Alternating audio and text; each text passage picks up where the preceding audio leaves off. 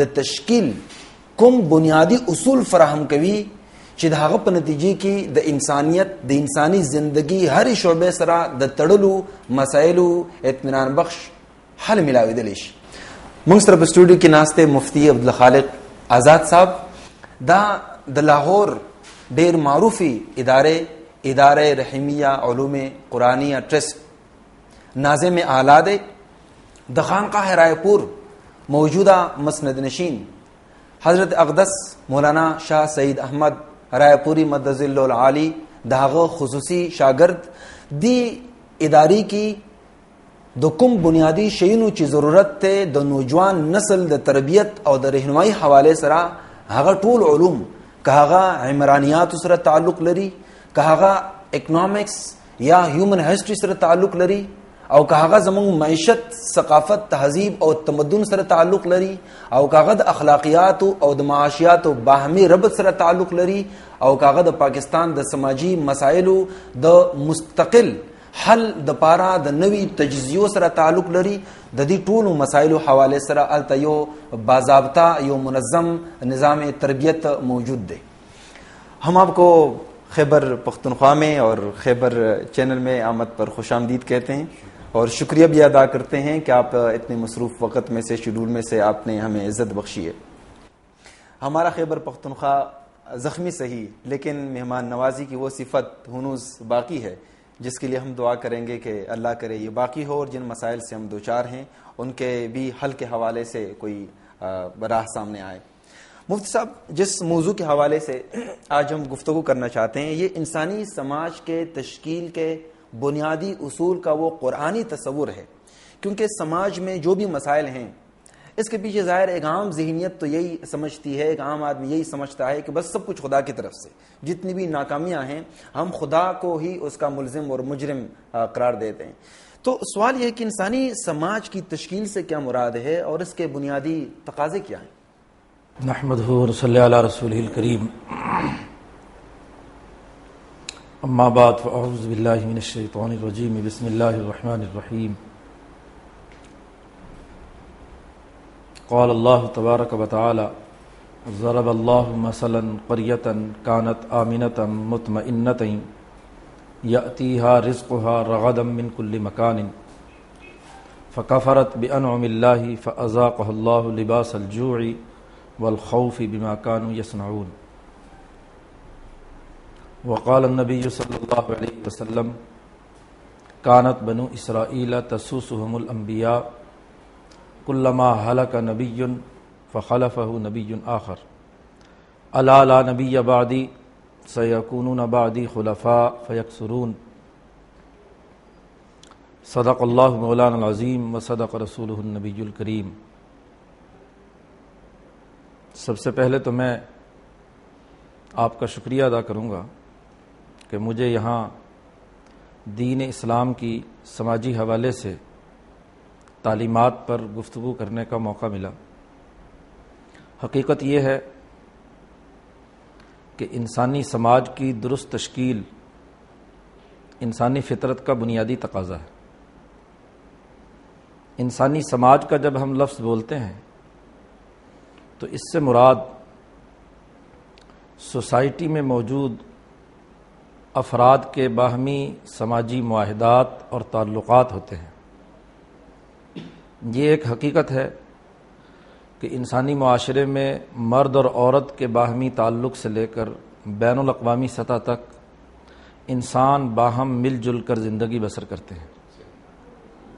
اب انسانوں کے درمیان یہ تعلقات ان کی مجموعی ترقی اور فلاح و بہبود کے لیے کردار ادا کریں تو وہ سماجی تعلق یا سماجی معاہدہ درست قرار پاتا ہے.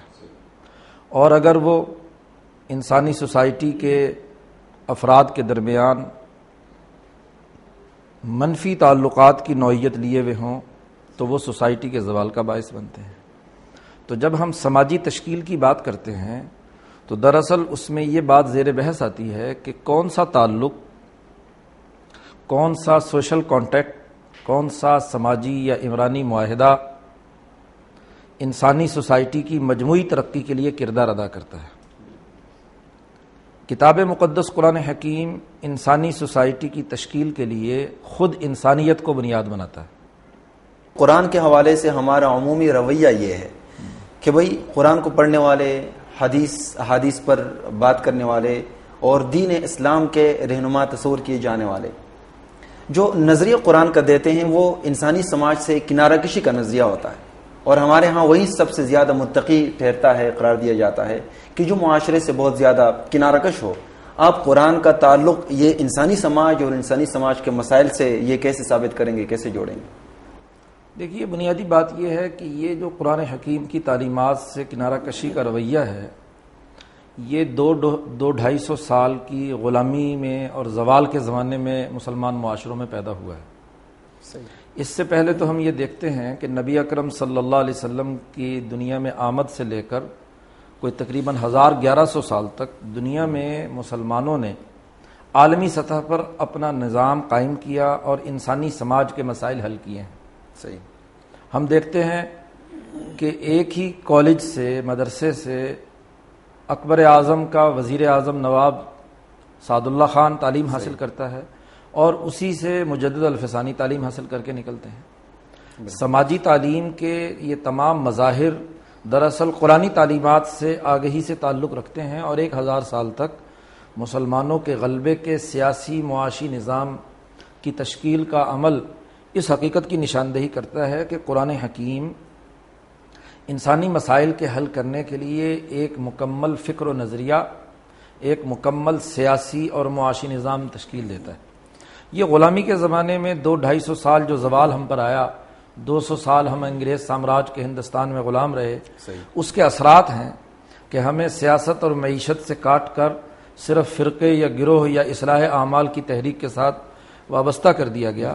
اس کا دور صحابہ، دور تابعین اور دور عروج میں کسی قسم کا کوئی تصور نہیں ملتا۔ ٹھیک، اچھا، ابھی قرآن مجید کے حوالے سے ابھی آپ نے اجمالاً ایک جملہ فرمایا ہے کہ قرآن مجید ایک نظام فراہم کرتا ہے، تو جو ہمارا آج کا جو موضوع ہے انسانی سماج کی تشکیل کے حوالے سے، قرآن مجید کے وہ کون سے بنیادی اصول ہیں جس کو بنیاد بنا کر انسانی سماج کی اگر تشکیل ہو تو ہم ترقی کر سکتے ہیں؟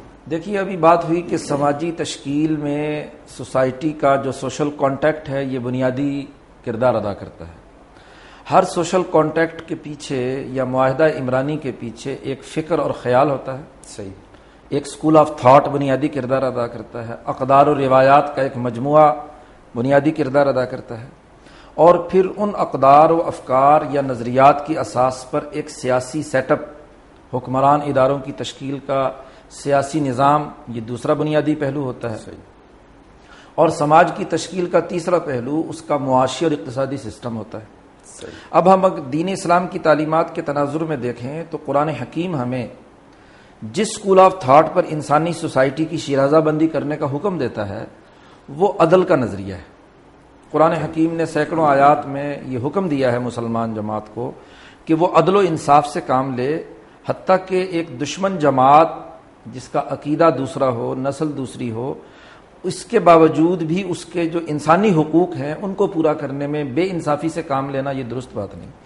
حتیٰ کہ مکہ مکرمہ میں فتح کے بعد نبی اکرم صلی اللہ علیہ وسلم سے کہا گیا کہ وَلَا يَجْرِمَنَّكُمْ شَنَآنُ قَوْمٍ عَلَىٰ أَلَّا تَعْدِلُوا، کسی قوم سے تمہاری 20-25 سال کی نفرتیں یا عداوتیں ہیں تو یہ عداوت تمہیں عدل و انصاف کرنے سے نہ روکے۔ صحیح۔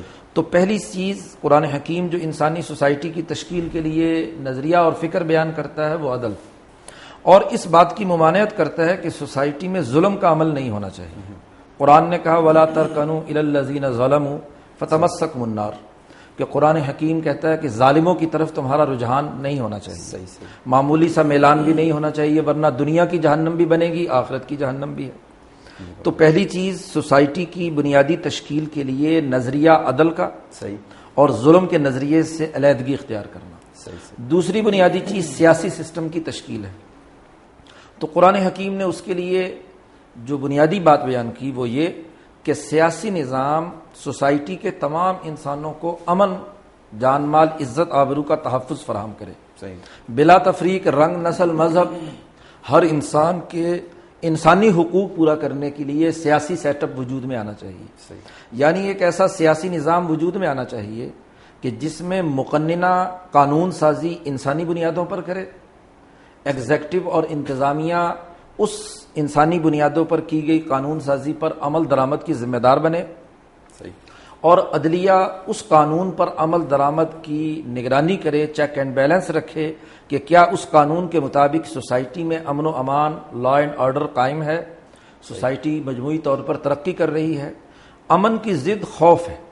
ابھی قرآن حکیم کی آیت مبارکہ تلاوت کی گئی تھی جس میں قرآن حکیم نے انسانی سوسائٹی کے کامیاب معاشرے کی خصوصیت بیان کرتے ہوئے کہا تھا کہ کانت آمنتن، ضرب اللہ مثلا قریۃ کانت آمنتن، ایک بہترین مثالی سوسائٹی وہ ہے جس میں لوگ پرامن زندگی بسر کریں۔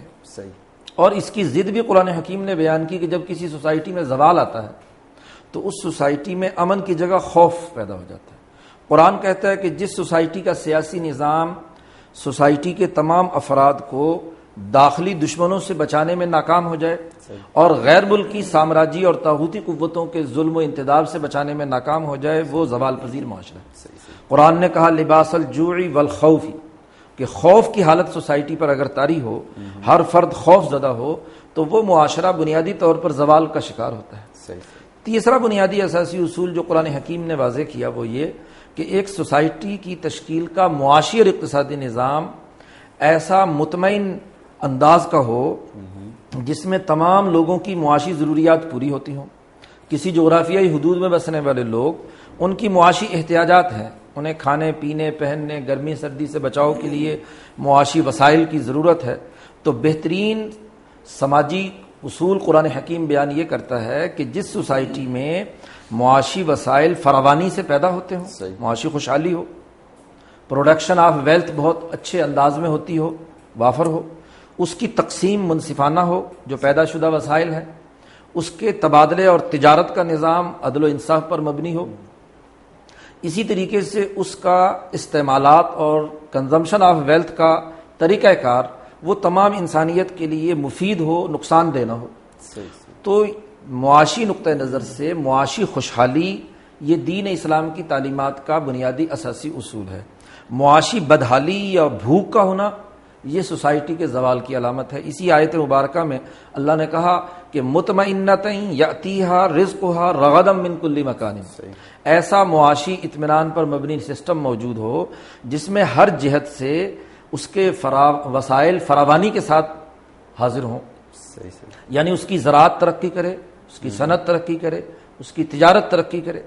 اور اس کے مقابلے پر جس معاشرے میں لباس الجوع، بھوک کا لباس سوسائٹی پر تنا ہوا ہو، تو گویا کہ وہ سوسائٹی زوال پذیر سوسائٹی ہے۔ تو بنیادی طور پر سماجی تشکیل کے تین ہی دائرے ہوتے ہیں کہ کسی سوشل کانٹیکٹ، کسی سماجی معاہدے کی اساس کس نظریے پر ہے، عدل یا ظلم۔ اسی طریقے سے کسی سوسائٹی کا سیاسی نظام امن و امان قائم کرنے میں کامیاب ہے یا خوف اور دہشت کی کیفیت سوسائٹی میں موجود ہے، یا کسی سوسائٹی میں معاشی خوشحالی ہے یا معاشی بھوک ہے۔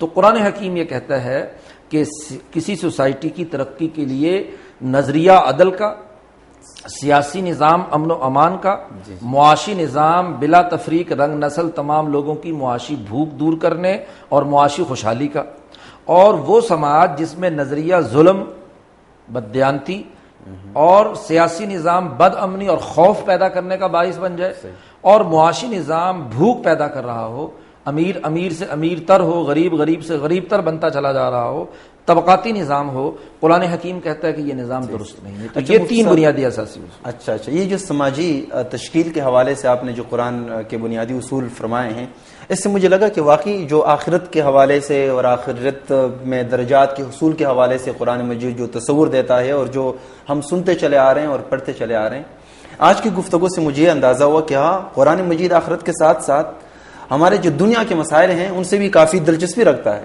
تو پھر ہم یہاں کیوں نہیں پاتے؟ ہم تو 98% مسلمان ہیں۔ یہاں آپ نے فرمایا کہ قرآن مجید پر عمل کرنے کے نتیجے میں یا جو بنیادی اصول ہیں ان کے انطباق کی شکل میں خوف ختم ہوتا ہے۔ یہاں پر تو خوف قائم ہے، اور ہمارے ہاں باقاعدہ ایک تصور دیا جاتا ہے، نصاب میں ہمارے ہاں شامل ہے جس کا مفہوم کچھ اس طرح نکلتا ہے کہ جب تک مذہب کو آپ سیاسیات سے، عمرانیات سے، سماجیات سے نکال باہر نہیں کرتے، آپ ترقی نہیں کر سکتے جب تک آپ ترقی کے لیے دین اسلام کو اس کا حل پیش کرتے ہیں. اور ہمارا جو معاشرہ ہے اور ہمارے آس پاس جو صورتحال ہے وہ بھی آپ کی بات کی تائید نہیں کرتی ہوئی نظر آتی. یہ بات اچھی طرح ہمیں معلوم ہونی چاہیے کہ ہماری سوسائٹی 200 سال تک انگریز سامراج کی غلامی میں رہی ہے.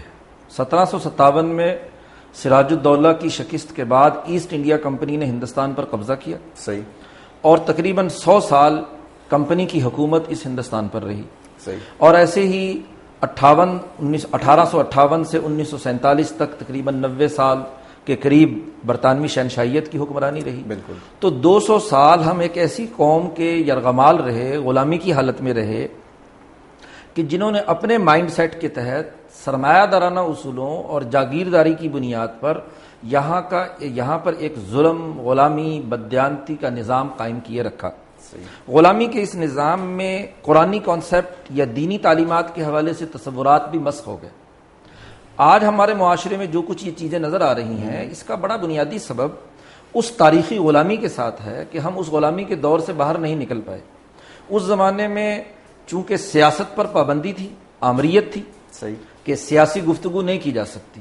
کسی مدرسے میں، کسی بازار میں، کسی محلے میں عام آدمی کو کوئی حق حاصل نہیں تھا، مقامی ہندوستانی کو، کہ وہ سیاست پر کسی قسم کی کوئی گفتگو کر سکے. صحیح.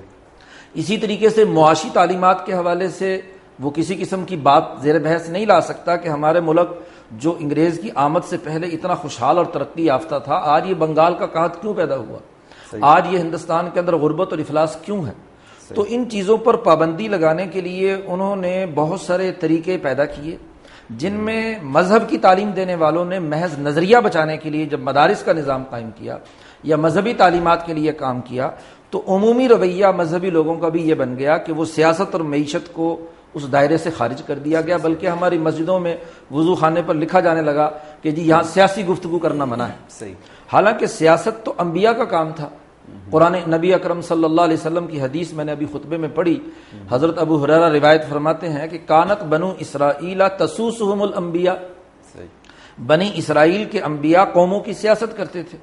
جب بھی ایک نبی دنیا سے جاتا، کلما ہلاک نبی خلفہ نبی آخر، دوسرا نبی ان کی جگہ پر آ کر وہی سیاسی عمل کرتا.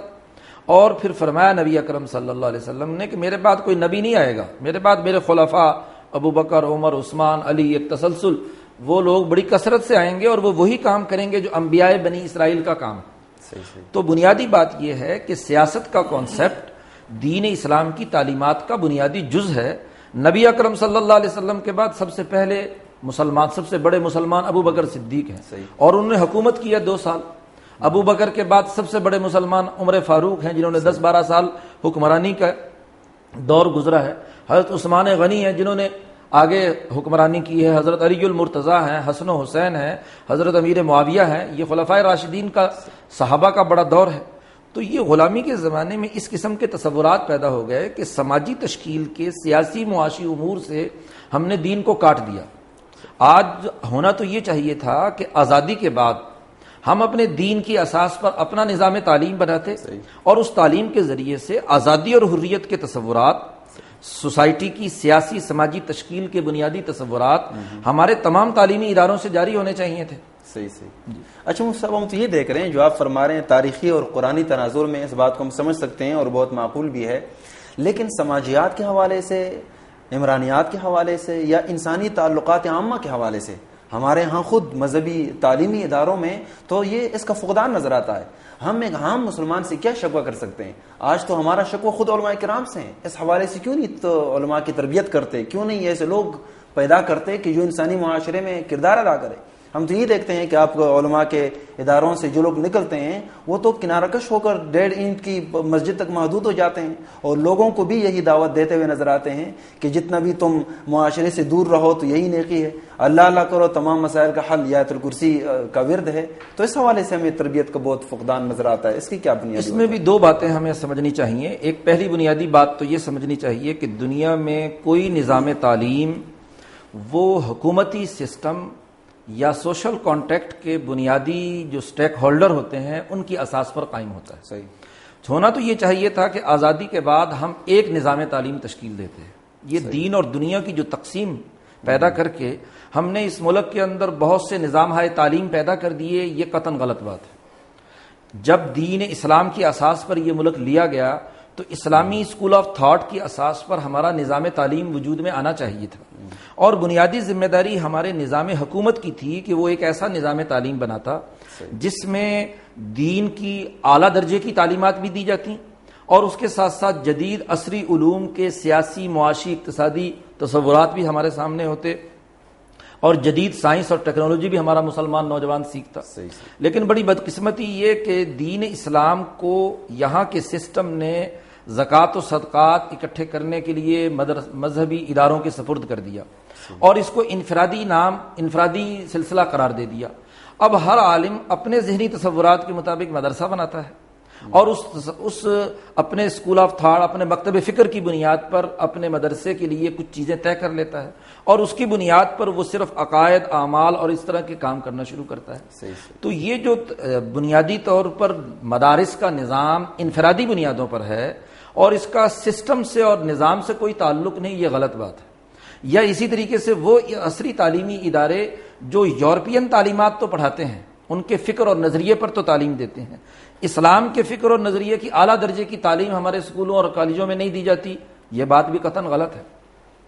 تو علماء کا یہ بنیادی کردار کہ وہ سسٹم سے کٹ کر انفرادی بنیادوں پر محض اصلاح اعمال کی بات کر کے یا مسجد کا ملا بنا کر یا صرف اذانیں دینے کے لیے لوگوں کو تیار کر دیں، جنازے پڑھانے کے لیے لوگوں کو تیار کر دیں، یہ تصور دین اسلام کی تعلیمات کا نہیں ہے. اب آج ہمارے مدرسے صرف مسجد میں اذانیں دینے اور نماز پڑھانے، مردے نہلانے یا نکاح پڑھانے کا کام تو کرنے کی صلاحیت رکھتے ہیں، لیکن خود مدارس کے اندر بھی خلافت راشدہ کا سیاسی معاشی نظام نہیں پڑھایا جاتا. انہیں بھی دین اسلام کے سیاسی، معاشی، اقتصادی اصولوں پر کسی قسم کی تعلیم و تربیت نہیں دی جاتی. تو یہ بہت بڑا المیہ ہے. ذمہ داری تو نظام کی تھی، اور اگر ذمہ داری نظام پورا نہیں کر رہا تو کم از کم علماء کی یہ ذمہ داری تھی کہ وہ اپنے مدارس میں ایسے جامع طالب علم تیار کرتے جو جدید و قدیم کی تعلیمات سے آگاہ ہوتے اور پھر خاص طور پر قرآن حکیم کے سیاسی، معاشی بنیادی تصورات کی اساس پر سماجی تشکیل کے لیے انسانیت کی رہنمائی کرتے. تو یہ رہنمائی کے فرائض سر انجام دینے کا کام یہ بنیادی طور پر علماء حق کا تھا. اچھا صاحب، ہمارے ہاں عمومی رویہ یہ دین اور دنیا کی تقسیم کا ہے، اور میں یہ بھی سمجھنا چاہوں گا، ابھی چند لمحے قبل آپ نے فرمایا ہے کہ ہم غلامی کے اس تاریخی تسلسل کے بھنور سے ابھی نکلے نہیں ہیں. ہم تو آزاد ہیں، نماز کی آزادی ہے، روزے کی آزادی ہے، خاص قسم کے لباس پہننے کی آزادی ہے، ذکر اذکار کی اور حج کی اور فلاں کی آزادی ہے. غلامی سے کیا مراد ہیں؟ اور یہ جو دین اور دنیا کی تقسیم کا نظریہ ہے اس کی وضاحت ہو. اور میں یہ بھی سمجھتا ہوں کہ ابھی آپ نے فرمایا کہ علماء سماجیات کے حوالے سے بھی واقفیت رکھیں اور ساتھ ساتھ عمرانی جو معاہدات ہوتے ہیں انسانی سماج میں اس کی بھی واقفیت رکھیں، جبکہ دوسری طرف ہم ڈاکٹر کو صرف ڈاکٹر بنا رہے ہیں، انجینئر کو صرف انجینئر بنا رہے ہیں. تو اگر علماء کرام نکاح، طلاق، نماز وغیرہ کے امور کے ساتھ ساتھ باقی کام بھی کریں تو یہ تو اس کا تک کوئی زیادہ نظر نہیں آ رہا. یہ کیسے ممکن ہے؟ دیکھیے، بنیادی بات یہ ہوتی ہے کہ دین وہ کسی ایک شعبے کے ساتھ مخصوص نہیں ہے. یہاں یہ بات اچھی طرح سمجھنی چاہیے. ہمارے علماء کے اندر بھی غلط فہمی پائی جاتی ہے کہ جیسے ڈاکٹر سے یہ مطالبہ نہیں کیا جا سکتا کہ وہ انجینئر ہو، یا انجینئر سے مطالبہ نہیں کیا جا سکتا کہ وہ ڈاکٹر ہو، ایسے ہی ایک عالم سے یہ مطالبہ کیوں کیا جاتا ہے کہ وہ سماجیات اور سیاسیات کا رہنما ہو اور اس کو سوسائٹی کے سیاسی تشکیل میں کردار ادا کرنا چاہیے. دیکھیے، یہ تصور اس بات پر ہے کہ دین محض مذہبی عقائد یا چند رسومات یا عبادات کا مجموعہ ہے. اب ایک عالم کو صرف یہی کام کرنے ہیں، اس کے علاوہ اور کچھ نہیں کرنے. دیکھیے، ابھی جیسے حدیث میں نے سنائی، انبیاء علیہ السلام کا بنیادی کام انسانی معاشروں کی سیاست کا عمل ہے. تسوسهم الانبیاء، نبی اکرم صلی اللہ علیہ وسلم نے فرمایا. اب یہ سیاست کا عمل کیا ہے؟ سیاست بنیادی طور پر جو دین کی سیاست ہوتی ہے، ایک ہے مادیت پرستی، سرمایہ پرستی کی سیاست کی بات، اس سے تو بات نہیں ہم یہاں کر رہے. ہم دین کی سیاست کی بات کر رہے ہیں، اور دینی سیاست میں دراصل قوموں کو نقائص سے نکال کر ترقی اور عروج تک پہنچانے کا عمل ہوتا ہے. یہ ترقی اور عروج پر پہنچانے کا عمل انبیاء علیہ السلام نے کیا. داؤد علیہ السلام حکمران تھے، سیاست دان تھے. سلیمان علیہ السلام حکمران تھے، سیاست دان تھے. یوسف علیہ السلام انبیاء علیہ السلام میں سے ہیں، اور مصر پر انہوں نے بہترین اقتصادی منصوبہ بندی کر کے 15 سال کا اقتصادی منصوبہ پیش کیا اور اس پر عمل درآمد کر کے بھی انسانیت کے لیے رہنمائی دی۔ خود محمد مصطفیٰ صلی اللہ علیہ وسلم پوری دنیا میں حکمران رہے اور انہوں نے حکمرانی کا باقاعدہ نظام قائم کرنے کا طریقہ کار وضع کیا۔ ابو بکر صدیق، عمر فاروق، عثمان غنی، خلافت راشدہ کا یہ پورا دور یہ دین اسلام کی حکمرانی کا دور ہے۔ تو دین اور دنیا کی تقسیم کے تصورات یہ دین کی تعلیمات میں نہیں ہیں۔ ہو سکتا ہے دوسرے مذاہب میں یہ ہوں، یہودیت میں ہوں، عیسائیت میں ہوں، کہ سیاست اور چیز ہے، مذہب اور چیز ہے۔ ہم نے اسلام کو ایک روایتی مذہب بنا کر یہودیت، عیسائیت یا ہندو مت کے طرح کا ایک مذہب بنا لیا، اور اسی بنیاد پر تقابل ادیان ہم تعلیم حاصل کرتے ہیں۔ یہ بات نہیں۔ دین کا جب لفظ بولا جائے گا تو دراصل وہ سوسائٹی میں فکر، سیاسی عمل، معاشی تشکیل، ان تینوں کا ذمہ دار ہے۔ اس لیے عمر فاروق کہتے ہیں کہ اگر دجلہ کے کنارے کتا بھوک سے مرا تو عمر سے پوچھا جائے گا۔ جی، تو یہ اصل میں اسی بات کی علامت ہے کہ اس سوسائٹی میں یعنی ایک غربت یا معاشی مسئلے کا عملی نتیجہ، اس کا اثر خلیفہ جو ہے اپنے ذمے محسوس کر رہا ہے۔ تو آج علماء جو انبیاء کے وارث اپنے آپ کو قرار دیتے ہیں، یہ علماء امتی کا انبیاء بنی اسرائیل، تو بنی اسرائیل کے انبیاء کی طرح علماء امتی کا ہونے کا مطلب جیسے بنی اسرائیل کے انبیاء نے سیاست کی، انسانی مسائل حل کیے، آج کے علماء کی بھی یہ ذمہ داری تھی کہ وہ دین کو اس جامع تناظر کے اندر انسانی رہنمائی کے لیے پیش کرتے۔ تو دین خود اس کے اندر سیاست داخل ہے، معاشی عمل داخل ہے۔ یہ غلامی کے زمانے میں علماء کا یہ کانسیپٹ کہ سیاست دین سے خارج ہو گیا، یہ تصور درست نہیں۔ اور پھر ہم دیکھتے بھی ہیں کہ اس بر عظیم پاک و ہند میں سیاست کرنے والے علماء، امام شاہ ولی اللہ، امام شاہ عبدالعزیز، سید احمد شہید، شاہ اسماعیل شہید، حاجی امداد اللہ مہاجر مکی سے لے کر امام انقلاب مولانا عبید اللہ سندھی رحمۃ اللہ علیہ تک علماء حق کا ایک تسلسل ہے، جنہوں نے یہاں غلبے کے دور کی سیاست کے لیے جدوجہد اور کوشش کی، قوموں کی آزادی کے لیے کردار ادا کیا، انسانیت کے مسائل اور غربت کو حل کرنے کے لیے